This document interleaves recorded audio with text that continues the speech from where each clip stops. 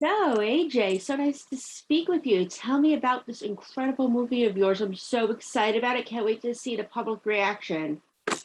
Yeah, I mean, I haven't seen it yet, so it's like I talked to a few people today that are like raving about it, but I don't know what to expect. Honestly, it's a little nerve wracking, but it's the whole thing is so surreal, and I don't know. I wish I had a better reaction. I just don't know what to expect from it.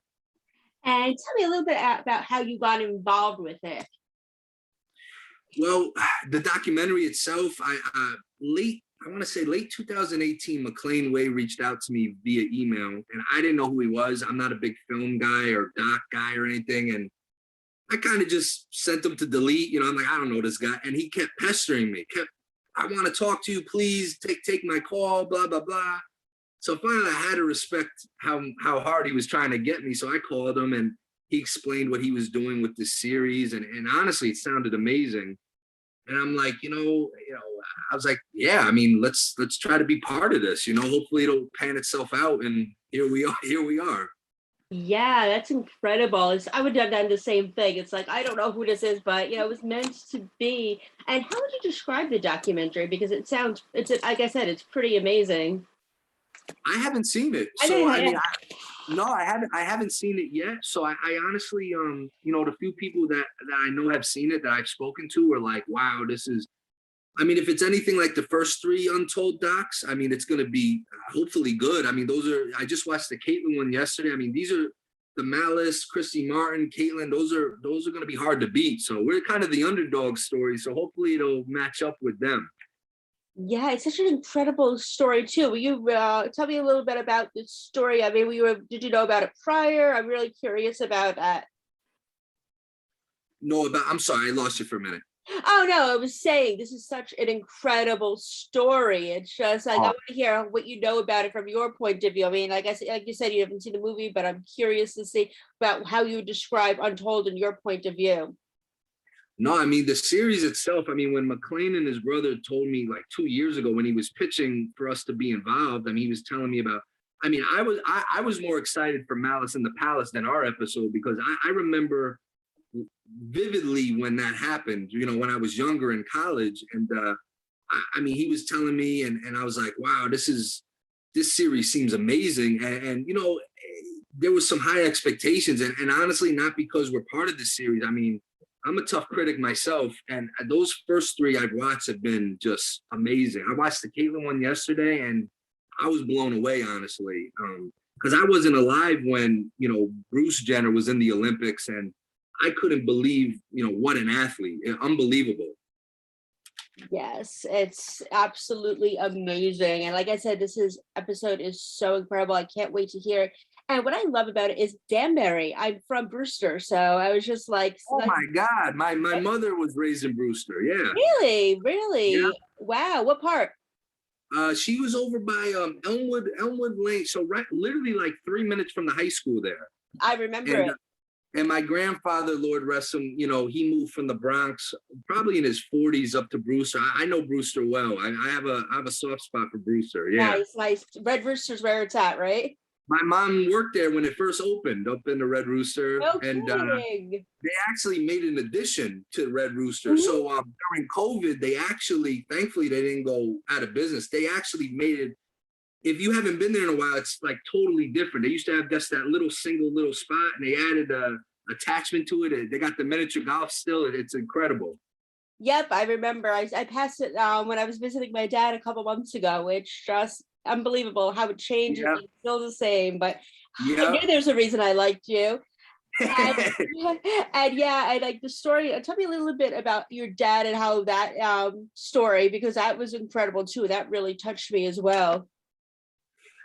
Well, I mean, my dad, I've been by my dad's side since, my earliest memories. I mean, he would always bring me to, his business, and he'd sit me at the desk. I'd be 5 years old, and I don't know what I was doing there. I remember some of my earliest memories, like dreading having to go to his office because that's like nothing to do. And I would sit there and I don't know, maybe he just wanted to be around me, but he was in a way grooming me because I would observe and take in so much. And I was just always around older people. So I think as I grown up, I had friends, don't get me wrong, but a lot of people I felt comfortable with were older than me. And, my dad has always put me in a position to be successful and, hard on me at times for sure, but he's always put me in a position to do something special. And he's always, what I respect about him is he's not a me guy. It's a team. And as I get older, I try to do the same thing with people younger than me. I mean, I was always the kid growing up. Now I'm 35 now, and guys under me look at me as the old guy. So it's weird. It's like, it's a weird cycle that's going on. Nice. Yeah, I'm 37 myself, so I know exactly what you're talking about with that whole thing. And tell me about the Danbury Trashers. That's like, a hockey fan. So tell me a little bit about that.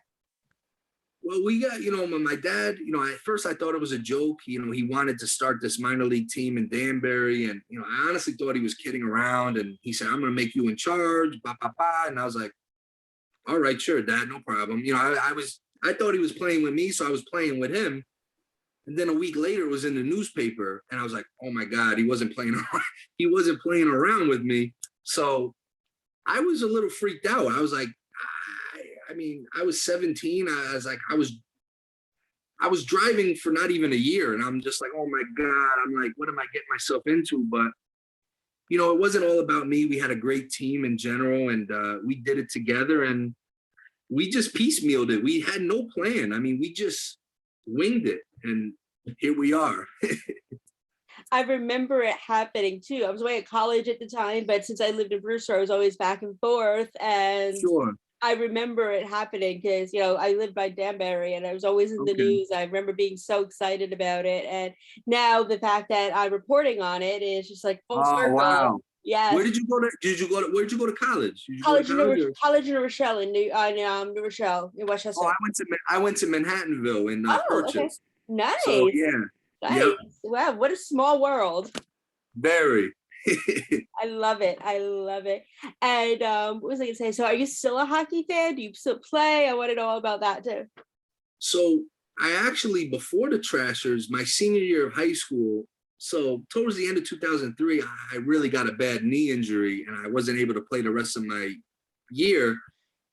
I haven't played hockey since. And honestly, after the Trashers, after we unfortunately lost the team in 2006, it was like going through a bad breakup. I didn't watch hockey up until about 2 years ago. Oh, wow. And I'm just kind of catching up on the sport now again, new players and this and that. But this whole thing with McLean and his brother bringing my love back to the game, honestly. And I'm starting to feel it again. Nice. Do you have a favorite team or?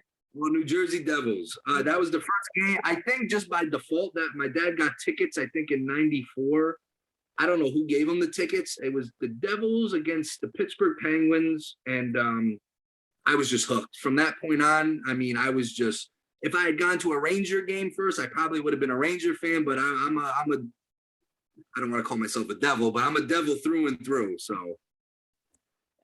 Nice. And one thing I like to ask people I interview is, tell me a fun fact about yourself. I'm a huge pro wrestling fan. I was always growing up. Pro wrestling was my first love. A lot of what I did with this hockey team was a lot of elements from pro wrestling, a lot of ideals from pro wrestling. I kind of took some of that stuff and brought it to the team. And still to this day, I'm a pretty big wrestling fan. It's not how it used to be, but it's still fun for me. Nothing beats 90s wrestling. I'm just saying, nothing beats it. Never. It's days with The Rock and Triple H and all them. Stone Cold. That was it. Yeah. That was it. Yeah. Now it's still good, but it's just like. It's hard to compare, especially when we were younger. When you're younger, you think differently. It was a different time, It's no. Wrestling was my first true love. I love it. Who's your all-time favorite though? Favorite wrestler? Vince McMahon. He's the owner, but Vince McMahon was my number one. If I get asked all the time, if you could have 3 dinner guests, who would they be? I don't know, but Vince would be one of them. That's my guy. I love Vince McMahon. Absolutely. He's incredible. And I also have a soft spot for some reason for the Undertaker. I don't know why, but I always Oh get a yeah. soft Well, spot for him. the first time I saw Undertaker when I was about 8, 9, I couldn't sleep for a week after. And I loved him, Stone Cold, all those guys. Nice. And since we're a TV site as well, what are you watching these days? Well, people just assume it would be something kind of manly, but my wife unfortunately has me hooked on 90 Day Fiance, Married at First Sight. So Married at First Sight comes on tonight, actually, so I'm excited. So those are the things I'm unfortunately into. She got me hooked on these shows. And but really it's sports, Yankees, my first love, Yankees my favorite team. And I watch Yankees, I watch Seinfeld, everyone loves Raymond reruns. But current shows, I wish I had something cooler to say, but she's got me hooked on this garbage. Married at First Sight and 90 Day Fiance. I can't. I'm hooked. I love it. Yeah. And I agree. Yankees, Seinfeld, you can't be from the New York area and not love No, those two. You can't. I the don't know how it best. happened. And yeah, Married at First Sight, I loved from the first season. Just and I love Yeah, like one OG couple that's still together. And I follow them on social media all the time. They're just so cute. They're the yeah. She couple. got me hooked about 2 years ago, so I kind of got in late in the seasons, but one of our seasons just ended, so now I gotta wait till the next one. So she's Yeah. got me hooked on this stuff. It's insane. Nothing wrong with it. Your sweet husband to watch with her. Well, she sits through the Yankee games, so it's all right. It evens out. Fair is fair. And where can Yeah. we follow you on social media so we can follow all your amazing adventures? Well, I actually don't have a personal Instagram, but I do my boxing gym. I post a lot of the stuff going on here. It's at Champs Danbury. And also the Trashers, we created an Instagram account, kind of memories and fans send stuff. So it's at DB Trashers. So any one of those two, you could follow some of the stuff we got going on.